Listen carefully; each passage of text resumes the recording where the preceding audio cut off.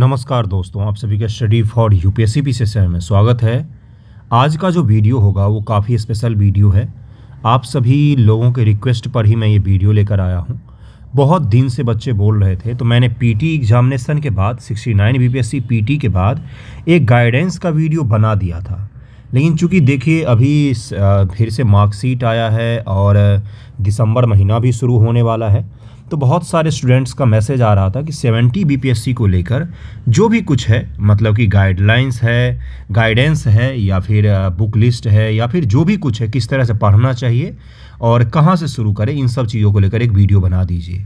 और ये वीडियो क्यों बच्चे मुझसे बोलते बनाने के लिए, क्योंकि देखिए सेल्फ स्टडी जो भी लोग करते हैं या जो दूर गांव देहात के इलाकों में रहकर तैयारी करते हैं, खुद से घर में काम करने वाली महिलाएं हैं, जो जिनकी शादी हो चुकी है या जो घर से नहीं निकल पा रही हैं या जो गरीब बच्चे कोचिंग नहीं अफोर्ड कर पाते हैं, उन सभी बच्चों का बहुत ज़्यादा मुझे मैसेज आता है कि कृपया करके बना दीजिए। तो इसी कारण से गाइडेंस वीडियो बनाता हूं। और जो सेल्फ स्टडी करते हैं उनको दिशा की ज़रूरत वाकई होती है कि क्या पढ़ें पता ही नहीं चल रहा है, तो इसलिए ये वीडियो लेकर मैं आया हूँ। किन किन चीज़ों पर आज हम लोग बात करेंगे, तो आज हम लोग बात करेंगे कि एग्ज़ाम कब हो सकता है। एक मैंने टारगेट डिसाइड किया हुआ है कि भाई एग्ज़ाम जुलाई में हो सकता है। मैंने रखा हुआ है कि 1 दिसंबर से 1 जुलाई तक का टारगेट, ठीक है। ये अपने पास कितने महीने हैं, तो 7 महीने का कंप्लीट अपने पास एक स्ट्रेटजी होगा। और 70 बीपीएससी जो लोग देना चाहते हैं और 60वीं से जो लोग सोच रहे थे कि 70 बीपीएससी दूंगा, उनके लिए मैं एक चीज़ बता दूं कि अब आँख खोल कर देखिए, मात्र 7 महीने दूर आप एग्ज़ाम के बैठे हुए हैं। जून जुलाई में एग्ज़ाम हो सकता है या ज़्यादा बढ़ेगा भी तो अगस्त लास्ट में या सितंबर में एग्ज़ाम आपका निश्चित रूप से हो जाएगा। आपके पास समय बिल्कुल भी नहीं होगा। तो अब इंतज़ार मत कीजिएगा कि कब शुरू करें कब शुरू नहीं करें, आज से ही शुरू कर दीजिएगा। एक चीज़ और मैं बताता हूँ, जब से 69 बीपीएससी पीटी का रिजल्ट आया है और मेंस की तैयारी में कुछ बच्चे जुटे हैं, कोई दिन ऐसा नहीं गुजरता जिस दिन कुछ बच्चों का मुझे कॉल या मैसेज नहीं आता हो कि प्लीज़ हमें बताइए कि हम क्या पढ़ें अब, क्योंकि आज तक मैंने एक आंसर नहीं लिखा है और अब मेरे को मेंस देना है 15-20 दिन बाद। तो मैं क्या बता रहा हूं कि इस स्थिति में आप ना फंसें, इसलिए कंप्लीट स्ट्रेटजी लेकर चलना है कि किस प्रकार से पढ़ा जाए, किस प्रकार से नहीं। आपका डेटा और समय दोनों महत्वपूर्ण है मेरे लिए, इसलिए एक सेकंड आपका नहीं बकवास में मैं गुजारूंगा। फोकट का मोटिवेशन ना कभी देता हूं, ना मुझे पसंद आता है। हर चीज़ मैं बताऊँगा, बस आप फॉलो कीजिएगा सीरियसली, ठीक है। अगर आप सेल्फ स्टडी करते हैं, अब चलते हैं आप ही की बातों पर शुरू करता हूं मैं। लेकिन उससे पहले मैं एक चीज़ बताता हूं आपको, क्या कि अगर आप सेल्फ स्टडी करते हैं ना, तो मुझे पता है कि आपकी सबसे बड़ी दिक्कत क्या है। आपकी सबसे बड़ी दिक्कत होती है क्या पता है आपको, डिसिप्लिन मेंटेन नहीं हो पाता है। कि रोज़ का रूटीन मेंटेन करना सबसे ज़्यादा मुश्किल होता है सेल्फ स्टडी में। अगर ये चीज़ आपके साथ भी हो रहा है तो उसको आपको ही मैनेज करना पड़ेगा और कोई भी उसको मैनेज करके आपको नहीं देगा। रूटीन मैनेज करने का सबसे अच्छा तरीका होता है कि खुद को डिसिप्लिन में बांध लेना कि मुझे इतने घंटे पढ़ना है। आप देखिए, अगर घर में आप काम करते होंगे, शादीशुदा होंगे, पुरुष या महिला दोनों, या जॉब करते होंगे, तो समय आपको अपने हिसाब से निकालना पड़ेगा। वो मास्टर को नहीं पता कि कब समय मिलता है आपको, कब नहीं। लेकिन जब भी समय मिलता है उसको कृपया करके एक रूटीन में बांधिए और एक टारगेट में बांधिए। टारगेट में बांधने का मतलब क्या होता है, टारगेट में बांधने का मतलब होता है कि डेली का एक टारगेट होना चाहिए कि अगर 4 घंटे पढ़ूंगा या पढ़ूंगा। डेली अगर आप 4 घंटे, 5 घंटे, 6 घंटे पढ़ते हैं, तो उसमें से आपको समय बांटना पड़ेगा कि मुझे किस सब्जेक्ट को कितना समय देना है, लिखने पर कितना समय देना है, पढ़ने पर कितना देना है, करेंट अफेयर पर कितना देना है और रिवीजन पर कितना देना है। सप्ताह में एक कोई दिन आप रख सकते हैं, जैसे संडे रख सकते हैं कि भाई संडे को कम पढ़ना होता है, ठीक है, थोड़ा सा रिलैक्स भी करना चाहिए। एक दिन मूवी देख लिया, घूम फिर लिया, कुछ भी कर लिया यार, पढ़ाई छोड़कर कुछ भी कर लिया संडे को। इस रिवाइजन के लिए इसको रखिए, ताकि रिवीजन में कम समय लगता है कि अगर दिन में 2 घंटा भी आप बैठ जाएंगे सही से, तो आप पूरे सप्ताह भर का रिवाइज कर सकते हो। उसके बाद वो दिन आपका होता है, ये ज़रूरी होता है। ये मैं कतई नहीं बोलूँगा कि नहीं बीपीएससी में तुम 24 घंटे लगे रहो तभी जाकर, ऐसा कुछ नहीं होता। ज़िंदगी ज़्यादा बड़ी होती है एग्ज़ाम से, मेरे लिए, आपके लिए भी होनी चाहिए।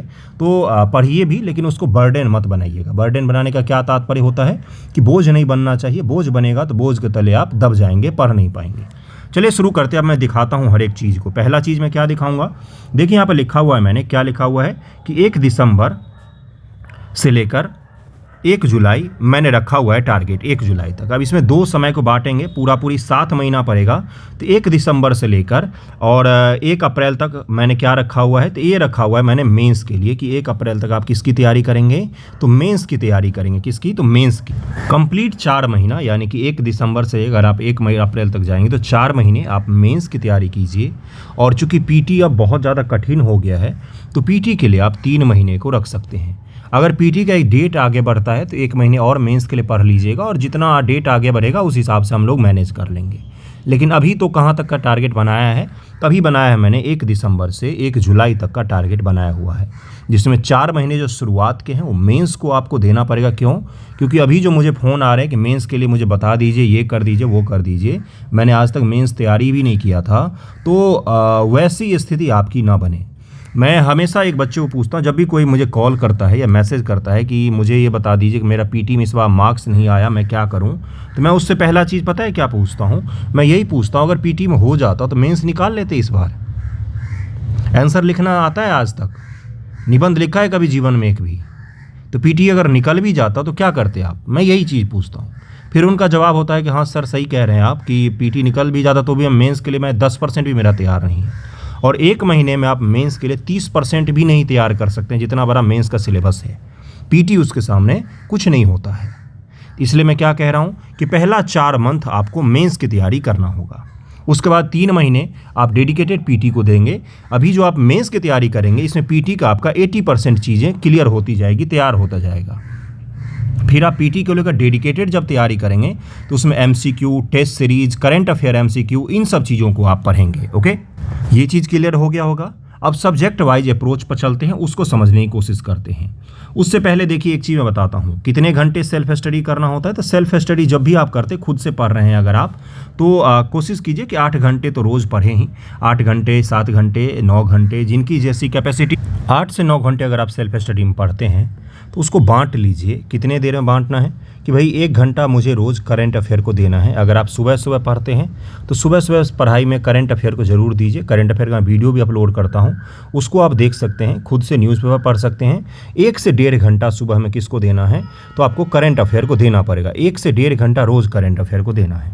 दूसरा क्या देना है कि रोज़ 1 से 1.5 घंटा, कम से कम 1 से 1.5 घंटा मिनिमम, मैं कह रहा हूँ मिनिमम लिखने पर देना है कि मुझे आंसर राइटिंग, निबंध लेखन या कोई चीज़ और लिखना, मुझे हाथ जरूर चलाना है। 1 से 1.5 घंटा रोज़ कॉपी पर घिसना होगा, लिखना होगा, तभी जाके संभव हो पाए। क्योंकि एक लाइन नहीं लिखा है, कुछ बच्चे तो ऐसे भी हैं आज यार, जिन्होंने बीपीएससी की तैयारी कर रहे हैं 1 साल 1.5 साल से, लेकिन आज तक एक आंसर नहीं लिखा है उन्होंने। सही सुन रहे हैं आप, तो कोई बात नहीं, देर नहीं हुआ है, बस शुरू करने का है कि आप कब शुरू करते। 1 से 1.5 घंटा रोज़ लिखना है, 1 से 1.5 घंटा रोज़ करंट अफेयर को देना है। उसके बाद जो भी समय बचता है, जितने भी देर आप पढ़ते हैं, वो बुक्स पढ़िए और जीएस के सब्जेक्ट को कंप्लीट कीजिए। क्योंकि कंटेंट आपके पास कहाँ से आएगा लिखने के लिए, जब आप किताबों को पढ़ेंगे, जब आप हिस्ट्री पढ़ेंगे तब तो उसके आंसर लिख पाएंगे ना, जब आप ज्योग्राफी पढ़ेंगे तब तो उसके आंसर लिख पाएंगे ना। और ऐसा भी मत कीजिएगा कि मैं पहले पूरा पढ़ लेता हूँ या पढ़ लेती हूँ, उसके बाद मैं लिखना शुरू करूँगा, समय ही निकल जाएगा। आपको सब्जेक्ट कंप्लीट करने में 3-4 महीने लगेंगे, उसके बाद तो पीटी की तैयारी शुरू हो जाएगी। तो फिर तो वही हाल हो गया जो पिछले साल हुआ था कि पूरा समय निकल गया, एक भी दिन पढ़ा नहीं। इसलिए पढ़ने और लिखने का कार्यक्रम साथ में चलना चाहिए, उसको अलग अलग करके मत देखिएगा। लिख जो रहे हैं आप, वो भी पढ़ाई ही है, ठीक है। अगर वो चीज़ नहीं करेंगे तो बाकी किताबों पढ़ने का कोई मतलब नहीं बनता है। तो रोज़ क्या करना है, लिखना है और पढ़ना है और करंट अफेयर करना है। ये 3 चीज़ हो गया रोज़ का। और रूटीन बनाकर खुद के ऊपर डिसिप्लिन लादना होगा आपको कि मुझे इतने देर किसी भी हालत में पढ़ना ही पढ़ना है, 8 घंटे पढ़ना है, बाकी पूरा दिन का 14 घंटा आपके पास होगा, कोई आपको डिस्टर्ब नहीं करना होगा, जो करना होगा कीजिएगा। समझ में आ रही है कुछ चीज़ें जो मैं बताने की कोशिश कर रहा हूँ। देखिए हम लोग कोई मिलते नहीं हैं, कोई क्लासरूम नहीं है अपना, तो मैं दूर बैठे जो भी आपके लिए कर सकता हूँ वो कर रहा हूँ और करूँगा भी आगे। इसी तरह से मैं आपको गाइड कर देता हूँ। ओके, कोचिंग में अगर आपको कोई गाइडेंस मिला है, अगर आपको वो पसंद आया था तो आप उसको फॉलो कीजिए। मैं उसके लिए फोर्स नहीं करूँगा कि कभी जो मैं बता रहा हूँ वही सही है, ठीक है।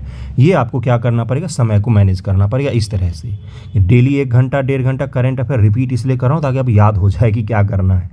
डेली 1 से 1.5 घंटा लिखना है, उसके बाद समय बचता है आपके पास और बचना ही चाहिए, तो उसमें बुक्स पढ़िए, किताब पढ़िए। किताब कैसे पढ़ना अब उस पर आते हैं।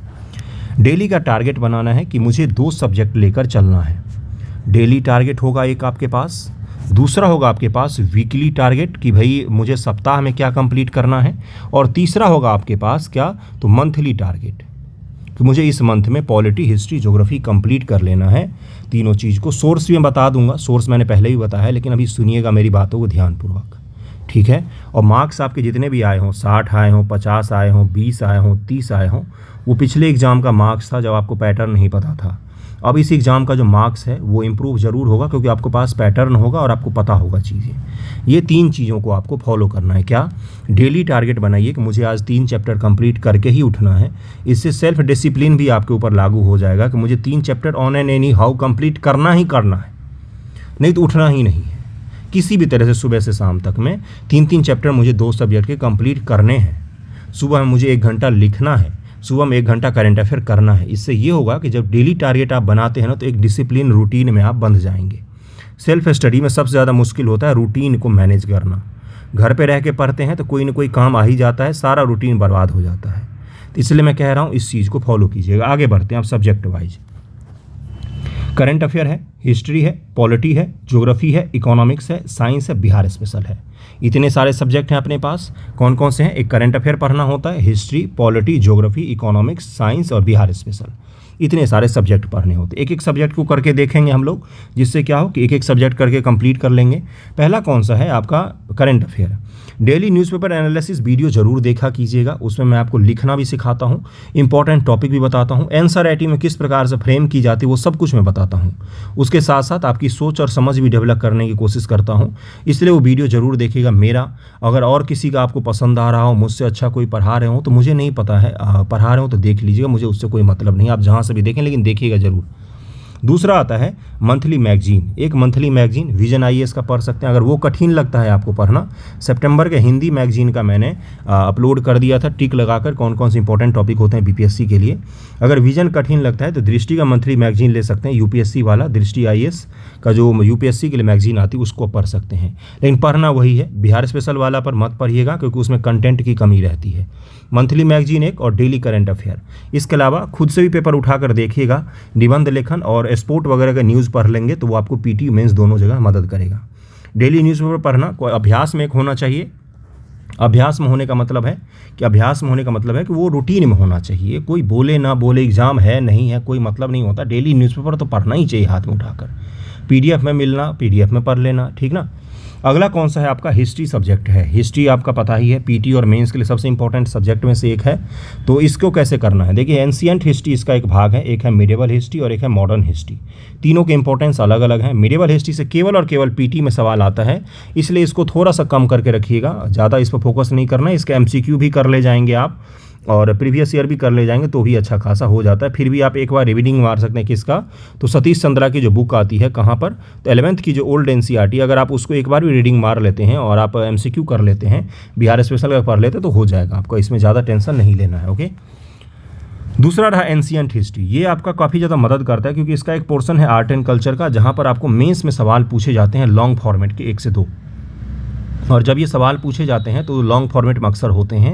उसके अलावा एंशिएंट हिस्ट्री की समझ भी होनी चाहिए क्योंकि पीटी में यहाँ से काफ़ी सारे भर के सवाल पूछे जाते हैं। तो इसके लिए सबसे पहला और आखिरी स्रोत क्या है? तो एनसीईआरटी पढ़िए, 11th का रामशरण शर्मा की बुक आती है, उससे बेहतरीन एंशिएंट हिस्ट्री की बुक नहीं है। फैक्ट के लिए आप यूपीएससी प्रीवियस ईयर के एमसीक्यू ट्राई कर सकते हैं, वो एग्जाम से पहले करना है, अभी से नहीं करना है। अभी से आप लिखने पढ़ने पर फोकस कीजिए।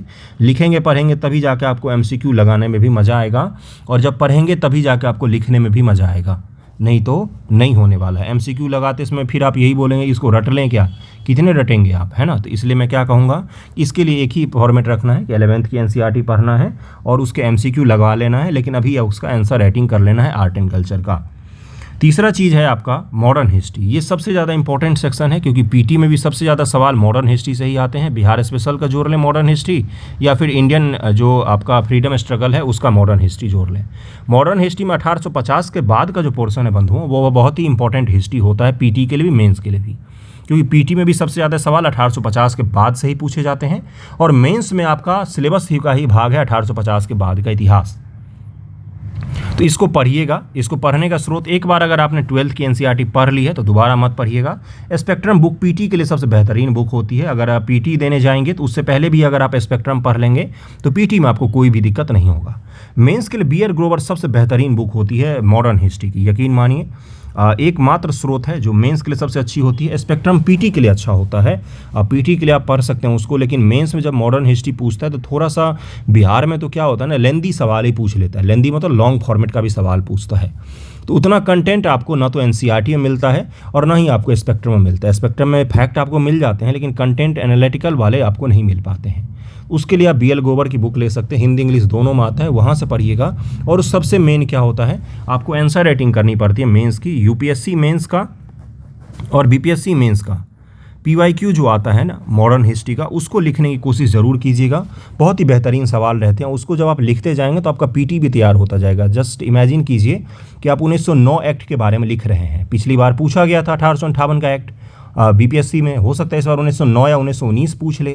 जब आप 1919 के एक्ट के बारे में लिखेंगे तो उसके जो फैक्ट लिखेंगे या उसके जो आंकड़े वगैरह लिखेंगे या जो भी कुछ लिखेंगे उसके प्रावधान लिखेंगे तो आपका पीटी भी तो तैयार हो रहा है। पीटी में भी तो 1909 का 1919 का एक्ट पूछा जाता है। इसलिए मैं कह रहा हूँ कि आंसर राइटिंग इसके ज़रूर कीजिएगा। पीटी और मेंस दोनों के रिगार्डिंग बहुत ही ज़्यादा इंपॉर्टेंट होता है। ठीक है, अगला सब्जेक्ट आता है आपका ज्योग्राफी। ज्योग्राफी जो है ये मेंस में 1 से 2 सवाल पूछे जाते हैं, लेकिन वो सवाल जो होते हैं वो आसान स्तर के नहीं होते हैं। यूपीएससी मेंस प्रीवियस ईयर से सवाल रहते हैं या करंट अफेयर से जुड़े हुए सवाल रहते हैं। इसको तैयार कहाँ से करें, एक बार एनसीईआरटी रीडिंग मार सकते हैं क्योंकि बेसिक से होता है। बेसिक से समझ जिन लोगों की नहीं है कृपया करके एनसीईआरटी ज़रूर पढ़ें। और अगर नहीं पढ़ पा रहे हैं तो मेरे वीडियो देखिएगा, 6, 7, 8 मैं पढ़ा चुका हूँ, आगे का भी पढ़ा दूंगा जल्द ही। दृष्टि क्विक ज्योग्राफी की बुक आती है, हिंदी इंग्लिश दोनों में मिल जाएगा आपको। ये बेहतरीन बुक होती है अगर ज्योग्राफी के लिए, कंसाइज फॉर्मेट है, बहुत ही अच्छी बुक है। बाकी जो सविंदर सिंह वगैरह की बुक आती है, देखिए वो मेंस के रिगार्डिंग, यूपीएससी में भी ऑप्शनल के रिगार्डिंग ज़्यादा हो जाता है वो। बाकी चीज़ों के लिए आप एक ही बुक को फोकस रखिए।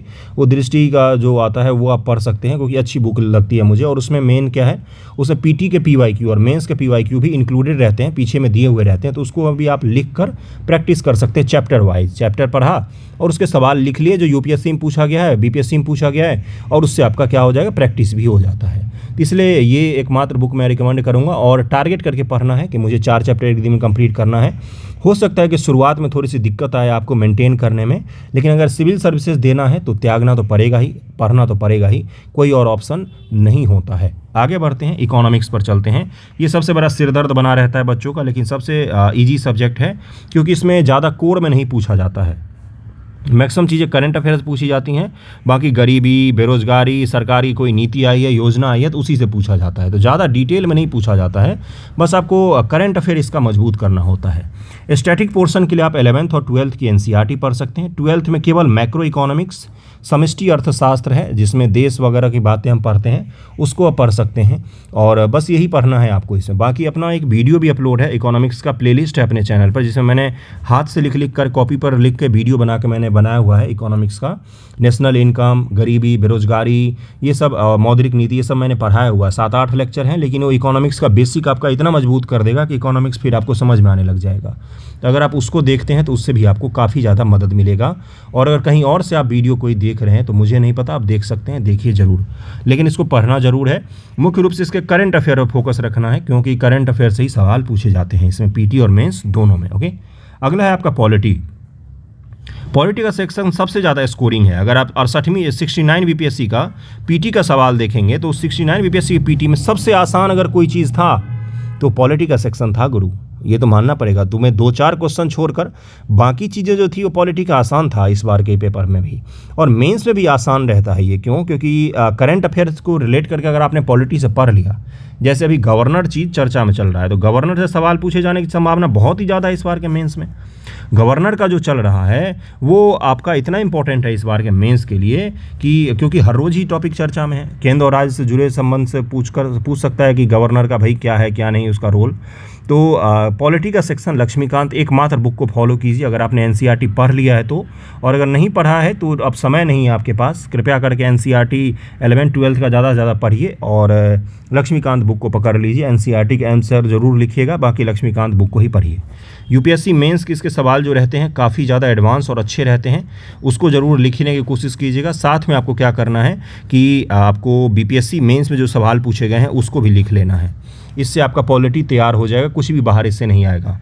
विजन आईएएस का जो मंथली मैगजीन आता है उसका पॉलिटी का जो सेक्शन रहता है, अगर 4 महीने का आपने ढंग से तैयार कर लिया पिछले 3-4 महीने का अच्छे से, तो यूपीएससी मेंस जो 69 होने वाला है उसमें भी जो सवाल पूछे जाएंगे वो वहीं से रहते हैं, कोई बाहर से नहीं रहता है वो, क्योंकि करंट अफेयर से रिलेट करके पॉलिटी में पूछा जाता है और सारे के सारे सवाल आपको वहीं पर मिल जाएंगे। तो ये था किसका, तो पॉलिटी का सेक्शन का था। अब साइंस पर आते हैं, ये भी बहुत ज़्यादा सिरदर्द बना हुआ है बच्चों का। लेकिन देखिए साइंस के लिए सबसे ज़्यादा ज़रूरी क्या होता है ना, उसके एप्लीकेशन को समझना, थ्योरी को पढ़ना। साइंस को पढ़ना खुद से वाकई मुश्किल है, मैं भी नहीं पढ़ाऊँगा क्योंकि साइंस का जो मुझे लेंदी लगता है थोड़ा सा, इसलिए मैं नहीं पढ़ाता हूँ, उसको शुरू नहीं करता हूँ, क्योंकि इसको जब शुरू करना है तो उसको ख़त्म करना पड़ता है। साइंस के एनसीईआरटी का थ्योरी पोर्शन केवल आपको पढ़ना है, उसके न्यूमेरिकल और इन सब चीज़ों में नहीं फंसना है। थ्योरी पोर्शन और एप्लीकेशन, इस बार का पेपर आप उठा कर देखिए, सारे के सारे सवाल जो है एप्लीकेशन से पूछे गए। अनुप्रयोग, जिसको हिंदी में कहा जाता है बंधुओं, अनुप्रयोग कहा जाता है, मतलब इसका क्या क्या उपयोग हो सकता है, वहाँ से सवाल पूछे गए हैं। और इस बार एक और चीज़ इंक्लूड किया बीपीएससी ने, वो है करंट अफेयर का सेक्शन।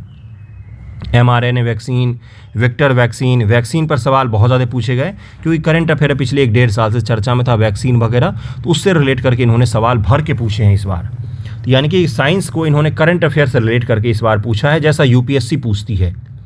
जैसे यूपीएससी पिछले साल 2019 में आई थिंक चर्चा में था आपका जो हेपेटाइटिस सी होता है वो, तो उसके बारे में सवाल पूछ लिया था यूपीएससी ने। हेपेटाइटिस सी का क्या वैक्सीन होता है, तो हेपेटाइटिस सी का वैक्सीन आज तक नहीं बना है, बस एक स्टेटमेंट को काटना था और आंसर निकल कर आ रहा था उसमें। तो ये मैं क्या बता रहा हूँ आपको कि करंट अफेयर से रिलेट करके आपको साइंस पढ़ना पड़ेगा। तो जब आप करंट अफेयर पढ़ेंगे तो उससे भी साइंस आपका तैयार होगा। और बाकी एनसीईआरटी का थ्योरी पोर्शन जरूर कंप्लीट कर लीजिए, क्योंकि वहीं से सवाल पूछे जाते हैं। और थ्योरी पोर्शन जब आपका कंप्लीट हो जाएगा तो उसका एप्लीकेशन भी आपको समझ में आ जाएगा। ओके, अगला है अपना बिहार स्पेशल। अभी मैं बताऊंगा कैसे पढ़ना है, उस पर भी आएंगे। बिहार स्पेशल में केबीसी नैनो मेंस और पीटी दोनों आता है, तो पीटी वाला पीटी में काम आएगा, मेंस वाला मेंस में काम आएगा। बाकी बिहार स्पेशल में जो पीवाईक्यू है, पीटी और मेंस में जो पूछे गए हैं, पीटी और मेंस में पीवाईक्यू में अगर आप बीपीएससी का पूछा हुआ पीटी और मेंस दोनों का कर लेते हैं, मेंस में जो पूछा गया उसको भी मैं कह रहा हूँ, mains PYQ, Bihar special mains PYQ. और कहाँ से कर सकते हैं, तो केबीसी नैनो वगैरह का बीपीएससी पीवाईक्यू की बुक आती है। सॉल्व वाला किसी का भी मत लीजिएगा बीपीएससी का, यूपीएससी सॉल्व ले सकते हैं, लेकिन बीपीएससी सॉल्व किसी का भी मत लीजिएगा, बेकार बुक होते हैं सारे के सारे मार्केट में।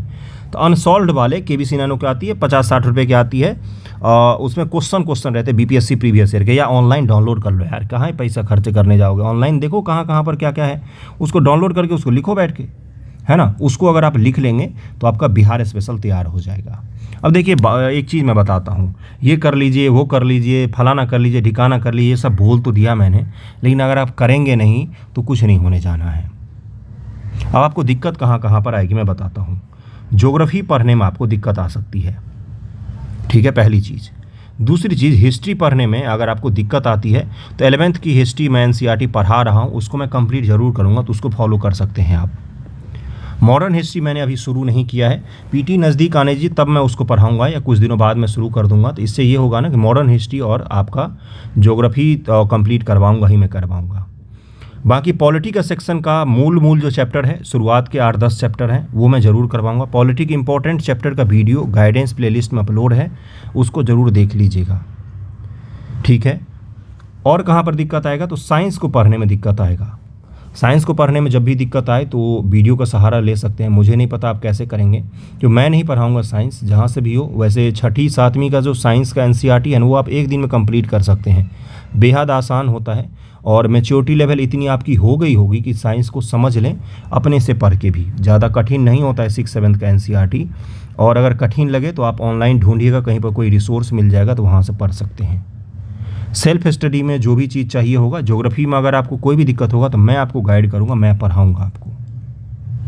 आंसर राइटिंग में दिक्कत होगा तो आंसर राइटिंग का अपना एक ग्रुप चलता है, उसमें अगर आप ज्वाइन होते हैं तो मैं आंसर राइटिंग भी सिखाता हूँ, रेगुलर चेक भी होता है, आंसर राइटिंग के वीडियो भी अपलोड होंगे। निबंध लेखन की हम लोग बात करें तो निबंध आपको खुद से लिखना पड़ेगा, उसके लिए कहीं से भी कोई किताब नहीं पढ़ सकते हैं। दृष्टि की निबंध की बुक आती है, वो अगर आप पढ़ते हैं तो ठीक है, उसको पढ़कर आप खुद से आपको निबंध लिखना पड़ेगा, दृष्टि आईएएस की निबंध की बुक से, ठीक है। उसको पढ़िए, उसमें से निबंध को और खुद से लिखिए, और कुछ भी नहीं करना पड़ेगा। लेकिन सबसे पहले मूल क्या होगा, सबसे मूल होगा कि आपको सेल्फ डिसिप्लिन को मेंटेन करना पड़ेगा। आपको खुद के ऊपर सेल्फ डिसिप्लिन को लादना होगा कि मुझे इतना देर पढ़ना ही पढ़ना है रोज़। Daily target, weekly target, monthly target, target पूरा करते जाइए। 7 महीने मेहनत कीजिए, 7 से 8 महीने, ताकि अगले 1 साल में आप सेटल हो जाएं और कहीं पर जॉब लेकर चले जाएं। मैं ये इसलिए कह रहा हूं भाइयों बहनों, क्योंकि जॉब सरकारी आजकल के दौर में काफ़ी ज़्यादा मुश्किल हो गया है। एक ग्रुप डी का एग्ज़ाम निकालना इतना मुश्किल है कि आपको अंदाज़ा नहीं लगेगा। अगर आप शुरुआत कर रहे हैं सरकारी जॉब की तैयारी की, तो मैं कह रहा हूँ एक चीज़ और माइंडसेट बना कर रखिएगा, अगर सिलेक्शन नहीं होगा तो मार्केट में यूपीएससी बीपीएससी की तैयारी करने वालों की कोई भी पूछ नहीं है। नो मैटर आपने मेंस दिया है, इंटरव्यू दिया है, कोई आपको नहीं पूछेगा जब तक आपको खुद से अपना कोई चीज़ नहीं करते हैं। आपके लिए कोई नौकरी नहीं रखी होगी अच्छी सी, ये चीज़ भी तय मान के चलिएगा। आपके पास एक ही ऑप्शन है कि तैयारी करके 7 से 8 महीनों में आप निकाल ले जाएं। दूसरी चीज़ आपकी डेली टारगेट को किस प्रकार से बनाया जाए। 8 घंटे अगर आप पढ़ते हैं तो मैंने पहले ही बता दिया, समय डिवाइड करना है 1-1 घंटे का, और किसी 2 सब्जेक्ट को हमेशा साथ में लेकर चलिएगा। संभव हो अगर आपका स्टडी का आवर ज़्यादा हो तो 3 सब्जेक्ट भी ले सकते हैं। किस किस सब्जेक्ट को लेकर चल सकते हैं, जैसे ज्योग्राफी और साइंस को एक साथ लेकर पढ़ सकते हैं, या ज्योग्राफी और हिस्ट्री को पढ़ सकते हैं कि एक थोड़ा सा टेक्निकल वाला सब्जेक्ट हो गया, थोड़ा सा समझ वाला, और एक हो गया कहानी वाला सब्जेक्ट। दूसरा पॉलिटी को पढ़ सकते हैं इकोनॉमिक्स के साथ। किसी भी 2 सब्जेक्ट को आपके अपने चॉइस के हिसाब से है, टारगेट करके पढ़िए। 7 महीने पढ़िए और इस 7 महीने को यूटिलाइज ज़रूर कीजिएगा। Daily target, weekly target, monthly target, एक दिन वीक में रिवीजन के लिए रखना है। सारा कुछ मैंने आपको बता दिया है और मैं दूर से बैठे इतना ही मदद कर सकता हूँ आपका। पढ़ना आपको ही पड़ेगा, ठीक है। और यूपीएससी मेंस का एक सॉल्व वाला बुक ले लीजिए, दृष्टि का बुक ले लीजिए, और कन्फ्यूजन मत रहिएगा कि किस एग्ज़ाम को दें किस एग्ज़ाम को नहीं। हमेशा किसी एक एग्ज़ाम को टारगेट करना चाहिए। एक एग्ज़ाम का मतलब है किसी एक को टारगेट कीजिए पूरा कंप्लीटली 100%, नहीं तो न इधर के रहते हैं न उधर के रहते हैं। ओके, चलिए मैंने आपको बता दिया, काफ़ी कुछ बेहतरीन तरीके से मैंने बताने की कोशिश ज़रूर की है। कहीं पर कोई भूल चूक हुआ हो तो बताइएगा। और निबंध का भी मैंने बता दिया, निबंध के लिए अलग से वीडियो मैं प्रोवाइड करवाऊंगा आपको। Okay, thank you so much आप सभी का वीडियो देखने के लिए। कैसा लगा है ज़रूर बताइएगा। थैंक यू आप सभी का।